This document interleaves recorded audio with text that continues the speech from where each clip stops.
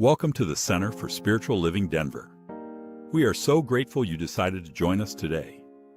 Whether you are with us in person or watching online, we want you to know you are welcome here. We are so very grateful you have chosen to spend time with us. We are a place, a space, and a face of love. We are a spiritual community teaching ancient wisdom and new thought principles that empower our lives and the lives of others. We invite you to join us every Sunday at the historic Grant Avenue Community Center and Sacred Place at 216 South Grant Street in Denver, Colorado, and online on our YouTube channel at 10 a.m. Mountain Time. This is a place where all people, in all our diversity, on all our different paths, and with all our individual and unique expressions of life, may come together to celebrate our inherent oneness as perfect manifestations of the one Spirit through the use of science of mind principles. We recognize that our thoughts create our journey, and by affirming love, faith, compassion, and joy, we attract beauty, peace, and purpose into our lives. We give thanks for our uniqueness and our diversity of life, while we celebrate the one life that is all life, God's life. We come together each Sunday to hear inspiring messages by our minister, Reverend Elzia Sekou, and our various guest speakers, as well as share in fellowship and collective conversations. Plus, we trust you will be inspired by our special guest musicians. And now, here is our opening song, The Garden by Eddie Watkins, Jr.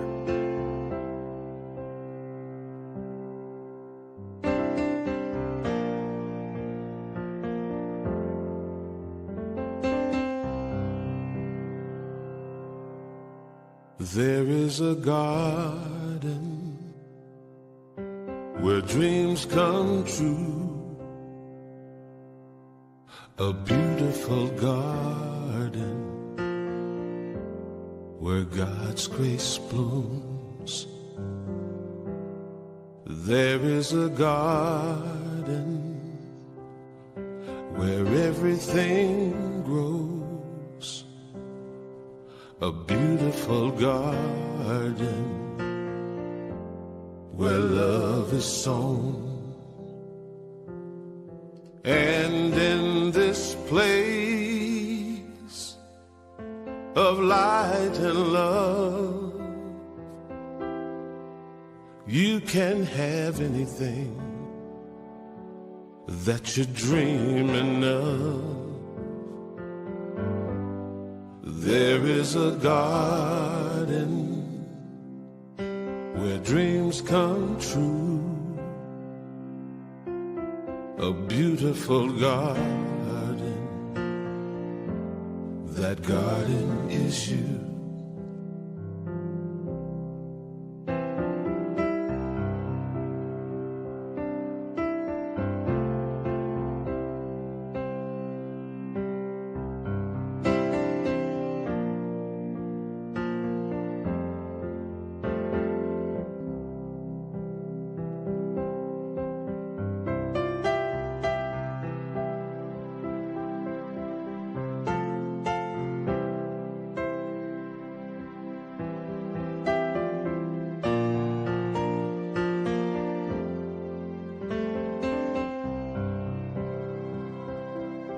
And in this place of light and love, you can have anything that you're dreaming of.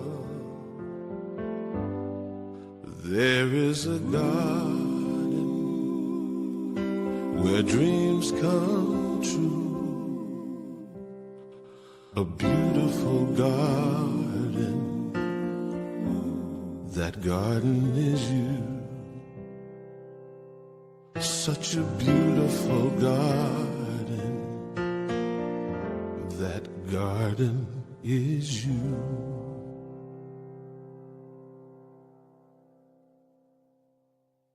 Good morning, everyone. Good morning. We have some incoming, so I'm going to wait until they get seated. that it, Tim? Is that it? All right, my name is Teresa Cardenas. I'm a practitioner here, and I'm just going to do a short invocation. So feel comfortable, close your eyes, and think about the garden that is within you and what seeds you're planting. And know that every seed you plant is surrounded by a divine intelligence. And we know that the seed that we plant this morning is divine, is omnipresent, and spreads the light into the community, to each and every person, whether you're on a mountaintop, in a temple, in a mosque, in a church, or still snuggled up in bed. This is garden season, and we get to see all that manifests from a single seed, a universal seed. So we bless this service this morning, Robert's message and the music and the technology in the background and all those who help us come together to bring a service to you. And we just say, thank you, Spirit. And so it is. So it is. Now hang in with me on this reading. It's written by Bobby Opp, which he's on the internet. And it's quantum physics, but I was so touched by this reading. It made so much sense. So I promise you, it's only 3 minutes, but I'm going to read it slow because it's dense. Okay. In 1977, a physicist uncovered a truth so wild, it shattered how we understand reality. He said the universe doesn't follow you, it negotiates with you. And he discovered the 3 steps behind it. His name was Dr. John Archibald Wheeler. He was Einstein's student, the man who coined the term black hole, one of the greatest physicists of the 21st century. But his most shocking discovery wasn't about space, it was about you. And he had one question: does reality exist independently, or does it respond to us? His experiments led him to an answer scientists had avoided for decades. Reality isn't fixed, it's participatory. Wheeler proposed something radical. The universe waits for you to make a move, and only when you've moved does it reveal itself. Not a static world, a responsive one, a negotiation. His most famous quote: "We are participants in bringing about the phenomenon of the university." In simple words, I think that's supposed to be universe. In simple words, your choice sends signals and reality answers back. He found that reality responds to 3 different kinds of signals: identity, who you decide you are; information, the terms you send to the universe; and action, the frequency of your choices. Send nothing, get nothing. Send noise, get chaos. Send clarity, and reality shifts. Identity is the first negotiation point. Wheeler believed the observer is not passive. The identity you bring into one moment changes the moment itself. A fearful identity collapses fearful outcomes. A confident collapses higher outcomes. Step 2 is information. His theory, it from bit, says reality is built from information. What you send the universe shapes what appears next. That information is your intentions, expectations, assumptions, and your emotional tone. These are your terms. Third step is frequency or actions. Reality doesn't respond to one signal. It responds to repeated ones. The small, consistent actions change probability fields dramatically. A series of tiny choices usher in massive shifts. But he issued one subtle warning. The universe mirrors all information, not just the positive. Fear is information. Doubt is information. Avoidance is information. All of it negotiates reality. He designed a version of the double split experiment that proved something insane. The double split, everybody know what that is? That's whether it's a particle or a wave. Your present choices can reshape past outcomes. Reality doesn't finalize until you interact with it, meaning you are not at the mercy of the past. Reality is not a movie you watch, it's a script being rewritten. Every time you decide you are who you are, send a clear intention and act in alignment. This is negotiation, not manifestation. And not long after Wheeler, neuroscience confirmed all of this. Identity shapes behavior. Behavior shapes probability. And probability shapes reality. Thoughts reorganize neural pathways. Actions change your environment, and identity changes your timeline. Wheeler wasn't spiritual, but he unknowingly shaped the foundation of manifestation. You don't attract, you influence, you participate. The universe isn't testing you, it's waiting for your next signal. Identity, information, action, that's the negotiation. So the real question isn't what do you want, it's what signal are you sending, because reality is listening. Wheeler said we shape the universe as much as it shapes us. Now you know the code. And Ernest Holmes pretty much says it over and over. But in this quote, he says, the universal mind contains all knowledge. It is the potential ultimate of all things. To it, all things are possible. And now we have music by Susan Clark. Hello, CSL Denver. And I always like to extend a special welcome to any of you who might be watching us either now or later online through the magic of the World Wide Web. My name is Susan Clark, and I'm here to provide some special music for your service. So I picked out one of my all-time hands-down favorite songs. I bet you're going to recognize it, but I'm going to give you a little info about it before I start. The song is called Pure Imagination, and it's from Willy Wonka and the Chocolate Factory. Mr. Gene Wilder did a wonderful recording of this a few years back, and I just love the song. And to me, Pure Imagination isn't too far away from spiritual mind positive treatment and affirmative prayer, is it not? I think the two kind of go together. Anyway, I hope you enjoy it as much as I do.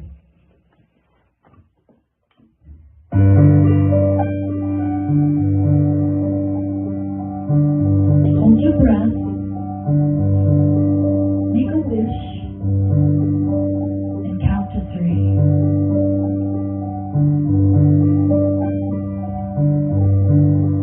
Come with me, and you'll be in a world of your imagination.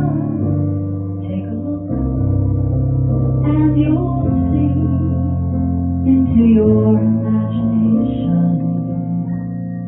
We'll begin with a spin, traveling in the world of my creation. What we'll see will defy explanation. If you want to view fairy tales, simply look around and view it. Anything you want to do it. Want to change the world? There's nothing to it. There is no life I know to compare with your imagination. Living there, you'll be free if you truly wish to be.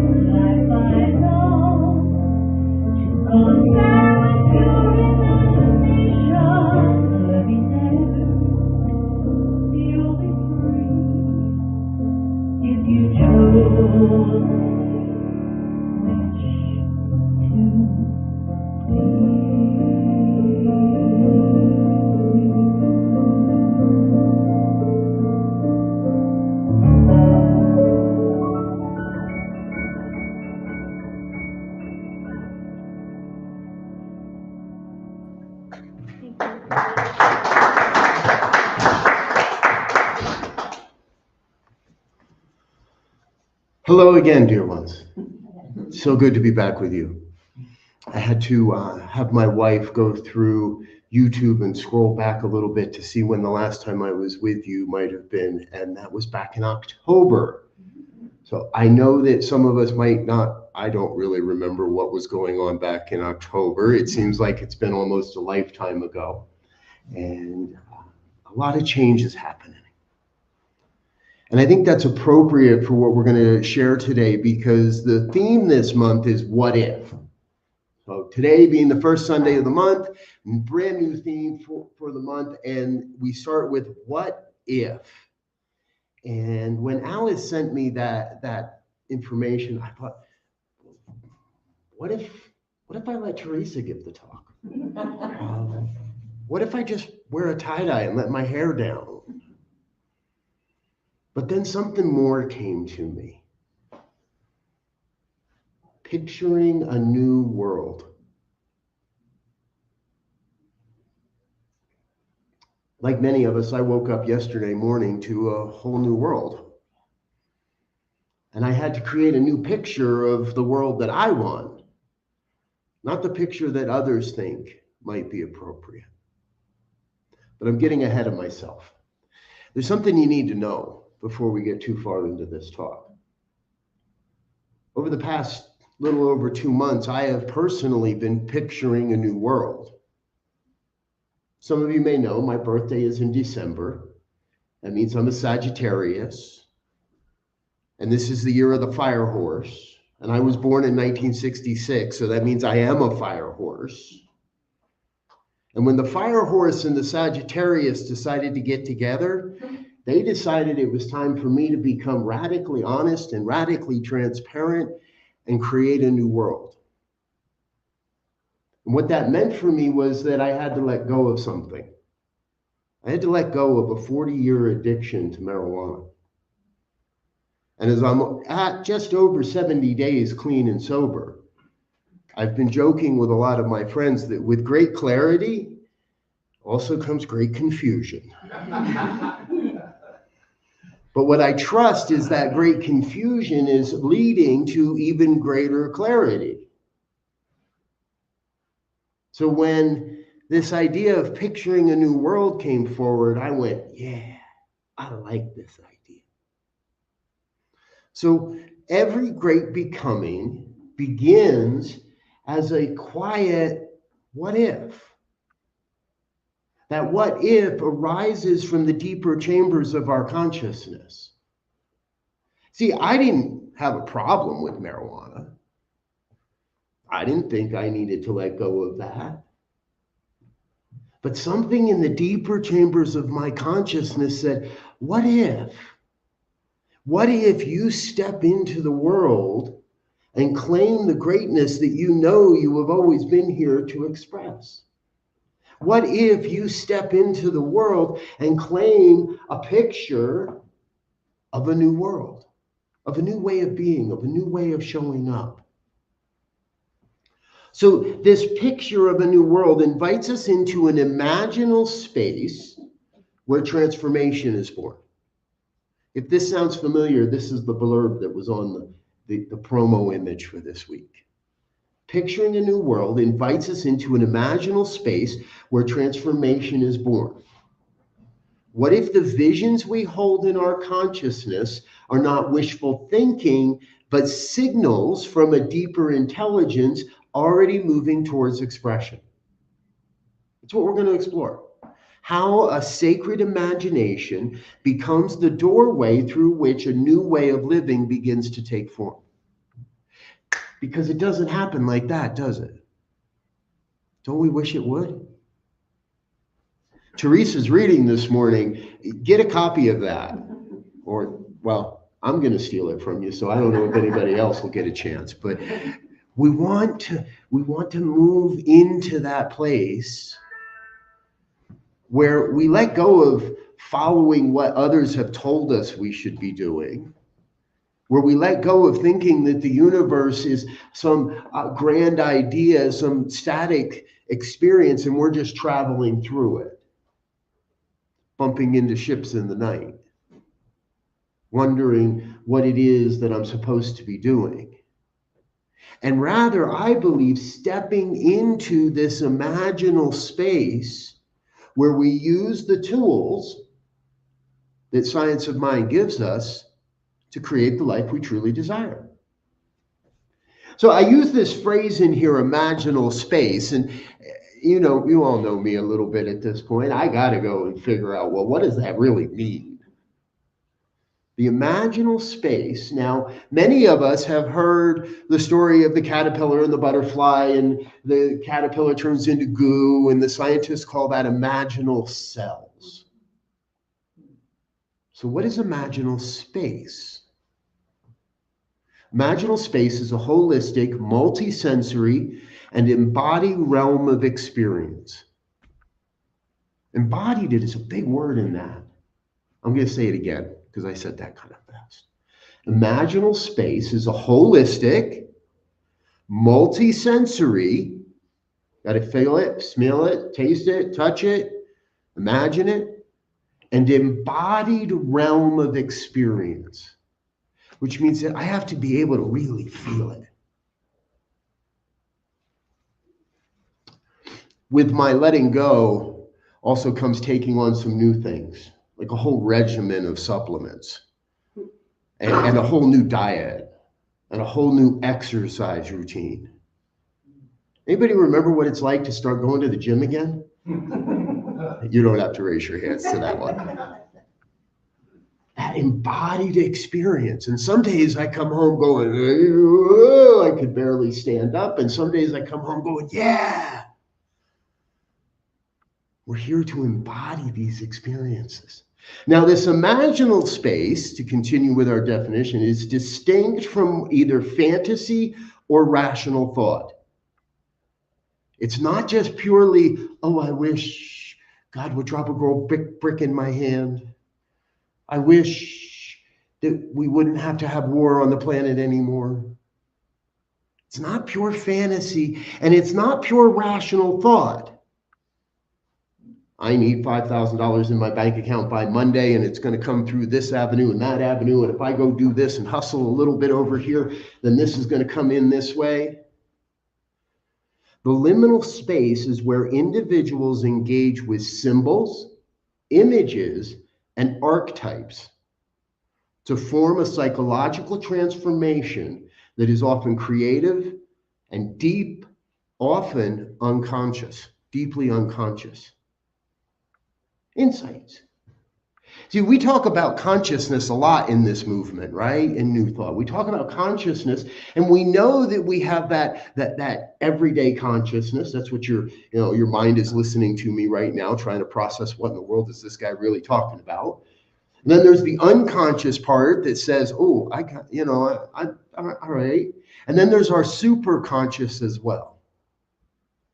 I believe this imaginal space we're talking about lives in that superconscious space, and that beyond the knowing. I don't know how I knew, but I just knew that today would be the day. I don't know how I knew to make that decision, but I just knew. Every great becoming begins as a quiet what if, arising from the deeper chambers of our consciousness. Notice in that quote, I didn't discern between subconscious, conscious, or superconscious. The what if can come from anywhere. It can come in the midst of our dreams. It can come in the midst of our sleepless nights. It can come in the midst of that space where we're just zoning out to a YouTube video, or maybe when we're trying to write an essay. In religious science, in the science of mind, at Centers for Spiritual Living, I believe we enter into that imaginal space in three primary ways: prayer, meditation, and visioning. Now, many of you are going, there's the Robert we know. He's going to go off on visioning for a little while. Yeah, I am. However, as things become confusing, sometimes they become a little more clear. Now, I have long taught that prayer is a one-way conversation with God. We tell God what we want.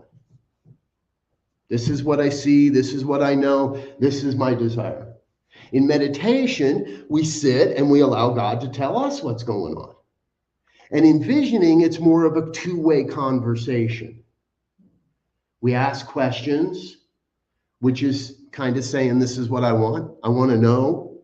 What should I let go of now? What should I hold on to? What is coming forward? We ask questions that are the directive form. And then we listen in the silence for a few moments and allow for the divine to reveal itself. And in that, I kind of threw something away at one point in my journey. Visualizing. I let go of it. I thought it was like, that's airy-fairy. That's not part of it. That's not God. That's the ego. Visualizing. I've come to realize that's part of this imaginal space. I take what I receive in the vision, and then I can visualize upon that to create what I really desire. So I want to give you an example. I've been visioning for going on 20 years now. And a while back, something that started coming through, and this is a while back means like a decade ago. There was this thing that started coming through that said, write more. Now, I've always had that from a young child, the dream of being an author. But I buried that. Not me. I don't have that. I'm a speaker. I don't do that authoring thing. I only write if I have to, or if it needs to be in a newsletter or something like this, but that's not me. But dang it, it kept showing up in my visioning. Write the book, write the book, write the book, write this, be a writer, write more, write more, write more. It kept just pounding me. In religion, in science, spiritual circles, we call that the cosmic 2x4, smacking you upside the head. I'm learning how to let that 2x4 be a little more gentle. And in my visioning, so this write more kept coming through. But I didn't do anything about it. I just let it sit there. Now I'm building a ministry. I'm building a network. I'm doing all these other things. Booking gigs and putting together programs and classes. And I don't remember exactly where it was, but I remember one day closing my visioning book, my visioning journal, where I keep all my notes, and thinking to myself, well, what would it look like if I were a full-time author? If I were writing all the time? If I had a body of work that was consistently evolving and revealing itself to me, and if I could train my mind to keep track of what I said in that piece 6 months ago and make sure it lines up with the piece that I wrote today. And somebody introduced me to Substack. Anybody here familiar with Substack? For those that are going, what? Substack.com, just like it sounds, substack.com. And if you go on there and you look for my ministry, New Thought Media Network, you'll find a body of work. And if you go on there and you look for the work of becoming, you'll find another body of my work. And if you search me, you might find me. It's a unique platform. It's not like Facebook. It's not like Instagram. It's not just doom scrolling and looking at the latest pictures from whatever war or whatever fake images somebody wants you to believe we should be believing. It's authors, it's writers, it's real people sharing the experiences of their lives. And yeah, there's some journalists on there, and it's a place where some people that are kind of getting kicked out of the mainstream are showing up to share their wisdom and their perspective and their opinions. But I wrote a little something. And a couple of people said, hey, that's pretty cool. So I did a little more of this imagining. Our song spoke about it. Being in that place of actively imagining what would your life be like if you let go of the expectations people have of you or that you've imposed upon yourself and really step into what you've always wanted to do. Wow. So I started writing. I started imagining. I started spending time every single day in my office, 15 minutes, with some great headphones and some nice subliminal music, imagining how I might create a life or what my life would look like if I was being paid to be who I am, if I was being supported to be who I am. And something said twice a week. I'm like, what? Twice a week. You got to put out a piece twice a week. Okay. That was December of 2024.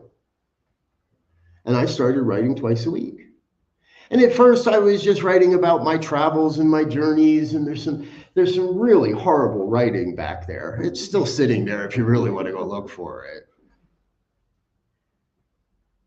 But then I started to find a little bit more and imagine a little bit more.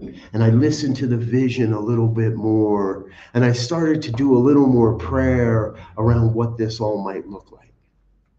So I started writing twice a week. And along the way, people started hitting that subscribe button. And I wasn't asking them to do it. They were just doing it. So I wrote a little more. And in Substack, you also have the opportunity to financially support the authors you like, whether through a monthly subscription or a one-time annual donation or whatever it might be. And so I started opening to what that might look like. Wouldn't you know it? People started supporting it. No, it's not a living. It's not everything I do. But it is part of the flow, part of the allowing, part of the grand picture of how anyone can express and live who they truly are here to be. And along the way, I realized that I was writing underneath the name of the ministry, but I was coming into my own voice a bit more, and the ministry has its own work, and I have my own voice, so I kind of split things off, and now I got two of them. I let New Thought Media Network's page be a little more directive or out-facing, sharing with people what's happening in the New Thought movement.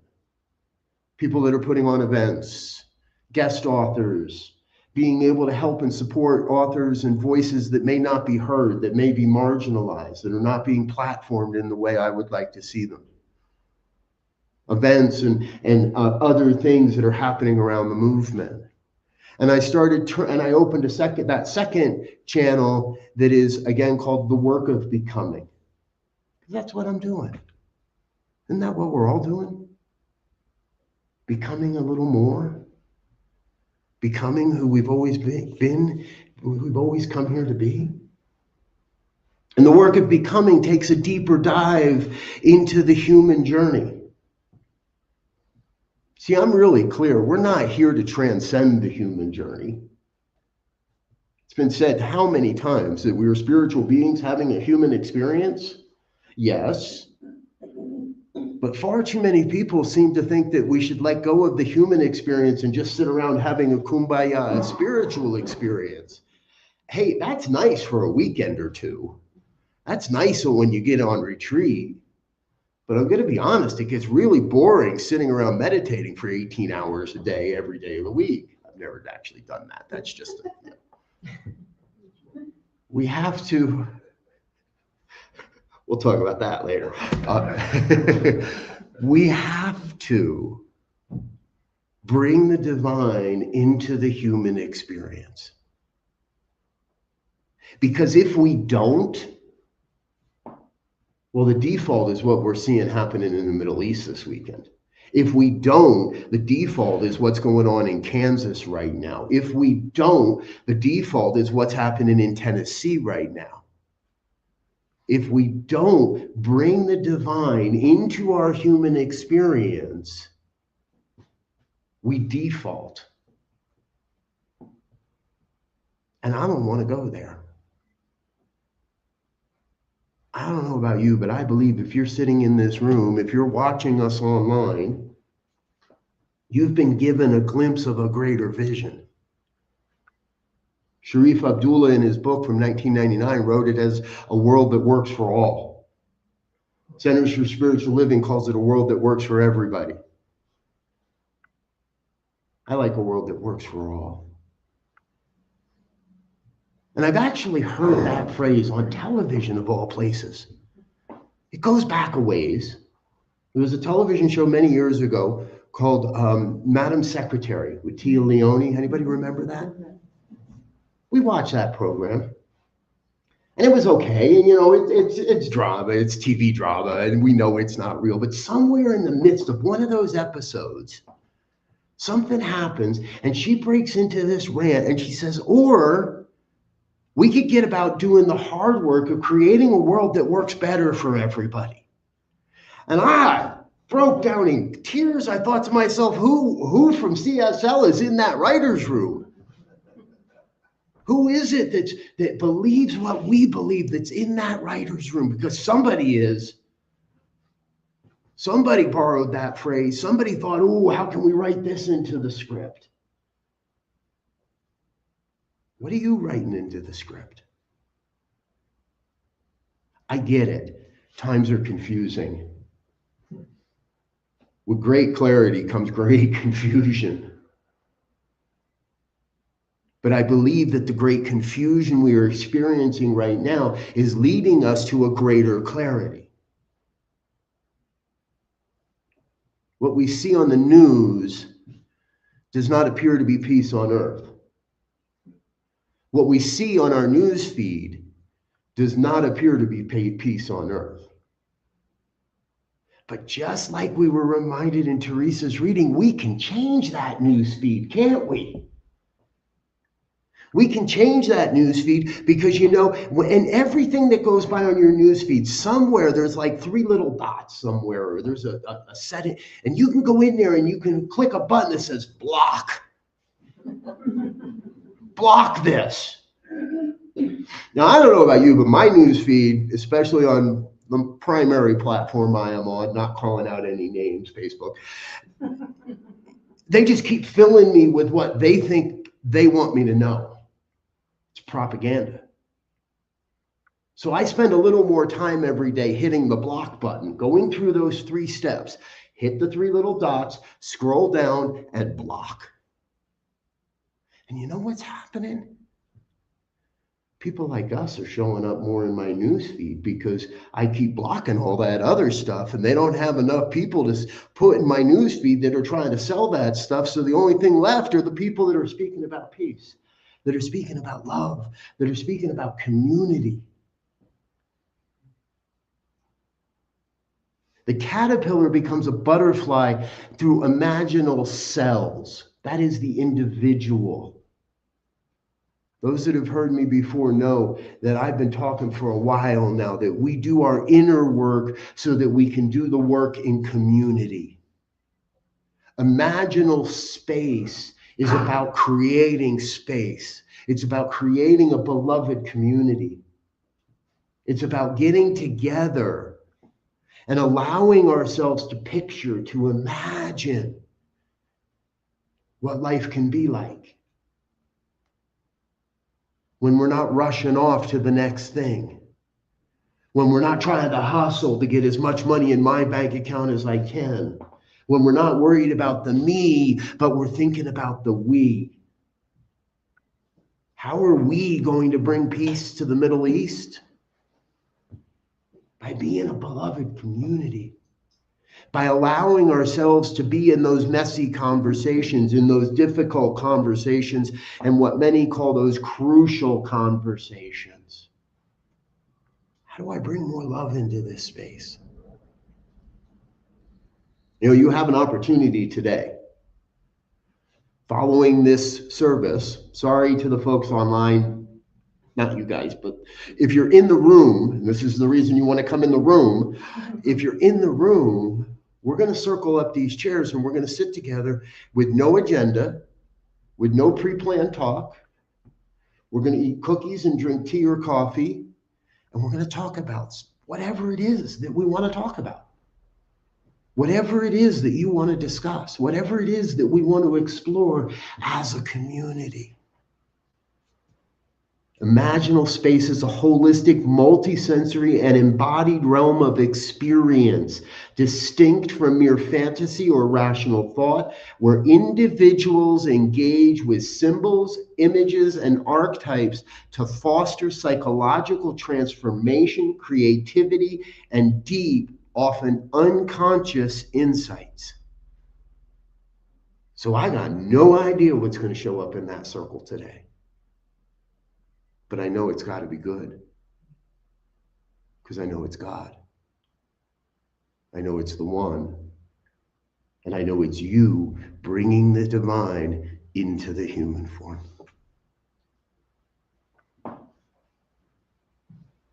I invite you to close your eyes and join me in a moment of that consciousness. Even if it feels unconscious, we're going to allow it to become super conscious. To allow ourselves to come into a moment together where we recognize the oneness of life, that one power, one presence, one infinite intelligence that moves and breathes and has its being, as everyone here, everyone watching online, those that might be watching this at another time, later in the week, years from now, from another dimension. The one revealing itself as all of life. Some call that one Buddha, others call it Brahma or Vishnu or Kuan Yin, source energy, divine God, Mother, Father, Gaia. Regardless of the name, regardless of the image we hold, the oneness is revealing itself as each of our lives perfectly. Revealing as each of us whole, complete, nothing missing, nothing absent. That is the very truth of your life. And so I invite each one of us into a deeper sense of this imaginal space for just a moment.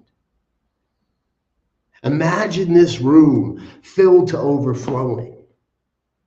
Imagine this community with its own building again, taking over a larger space, filling a hall of hundreds. And then imagine this community in that shape, in that form, expressing the beloved community, multiplying out across this city, across this planet, across the region, across all of time and space.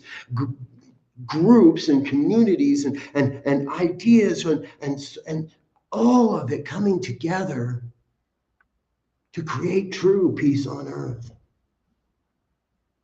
Imagine a world where borders are irrelevant. Imagine a world where there is enough food and enough resources and enough homes for everyone. Heck, that already exists. There's already enough empty houses across North America to give every homeless person a place to live. There's already enough food to make sure no one goes hungry. There is enough money for everyone to have their share and to be enough left over. There is enough of everything for everyone to prosper. And as I've recently been exploring, prosperity is not about financial abundance. Prosperity is a consciousness. It is a mindset. It is an experience of saying yes to the divine overflowing abundance of life and sharing that freely. Imagine a world free from all the suffering, free from all the horrors that we see, free from the abuse of others. Imagine the garden, because there is a garden. It exists in our mind. And I invite each one here to bring that vision, that imagination into our daily lives, into our workplaces. And when somebody tells a dirty joke, we say, no, no, no, no, that's not the way it is. And when someone says, well, that's just the way it is, we say, no, no, no, no. And when someone says we have to go to war, we say, oh, no, no, no. I have a vision. I have a vision of peace on earth. I have a vision where we are all working together. And what I know is together we are bringing forth a glorious vision of a world that works for all, in all ways and always. So I am filled in this moment with a deep sense of gratitude for this opportunity to be together, for this opportunity to cast into the creative law a vision of peace on earth, a vision of beloved community, of sacred connection, with creating an imaginal space right here. From that sense of gratitude, I release this word into that universal law of creation, into that space that cannot return this word void, that is already bringing forth all the resources, all the people, all the connections, everything necessary to make this so. And I invite you to join me in an affirmation of this truth by simply saying, and so it is. Thank you.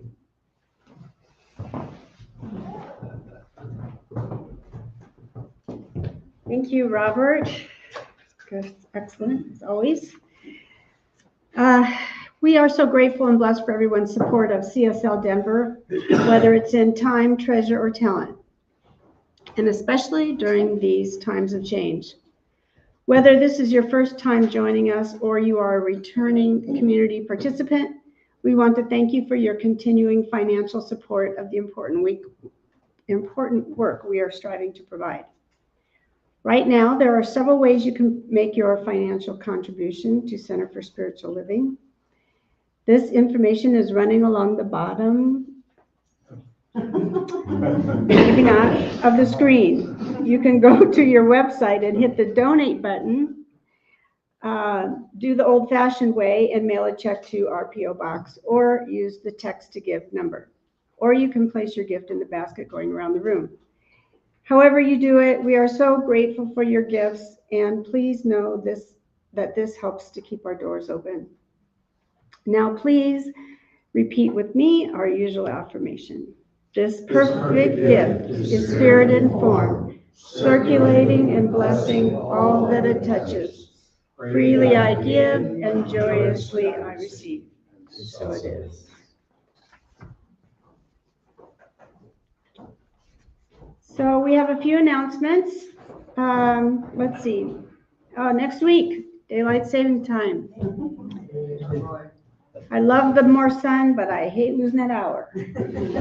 I feel it. We will be springing forward. So move your clocks forward so you won't miss our fabulous service. We are now out of the March, April Science of Me magazines, but we have some old ones over there that are for free. And we still have, are there magnets there? We have pens. Sometimes we have magnets there. There's a couple. There's a couple. Oh, no, somebody took it. Come back next week for magnets. Our Curiosity Corner has been a great success since we started it. We have some new items today, and we'll have more next week. We have set up a bargain basement table where everything is $1. Better yet, everything on the bargain table is free. Free. Please take some free stuff home, so Alice doesn't have to take it back home. And join us for a mindful moment of meditation today, where we will focus on quieting the mind and being fully present in the now without judgment. We will follow it up with socializing and discussion over a cup of coffee and tea and snacks. We are so blessed to have New Thought Media Network, and Diego is our Sunday service producer. We invite you to go to www.ntmedia.org and check out what they have there. They have over 40 hours of weekly broadcast programs.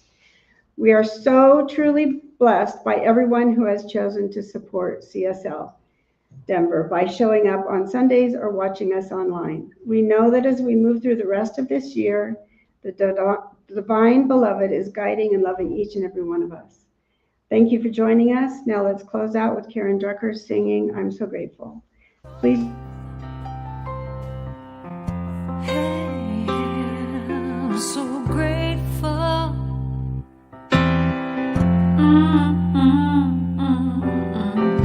I'm so grateful. I'm so grateful. I'm so grateful for all that I have. I'm so grateful. I'm so grateful. I'm so grateful for all that I have. Hey, oh yeah, grateful. I just say I am so grateful every day for all I have. Every day, I'm so grateful. I'm so grateful. I'm so grateful for all I have. Every day I say it. Grateful. How I'm grateful. Every day. Oh yeah. I am so grateful. Oh yeah. So grateful. 'Cause I accept and I receive. I am so grateful. Oh yes, I am. I am so grateful. Hey, grateful. I just count my blessings.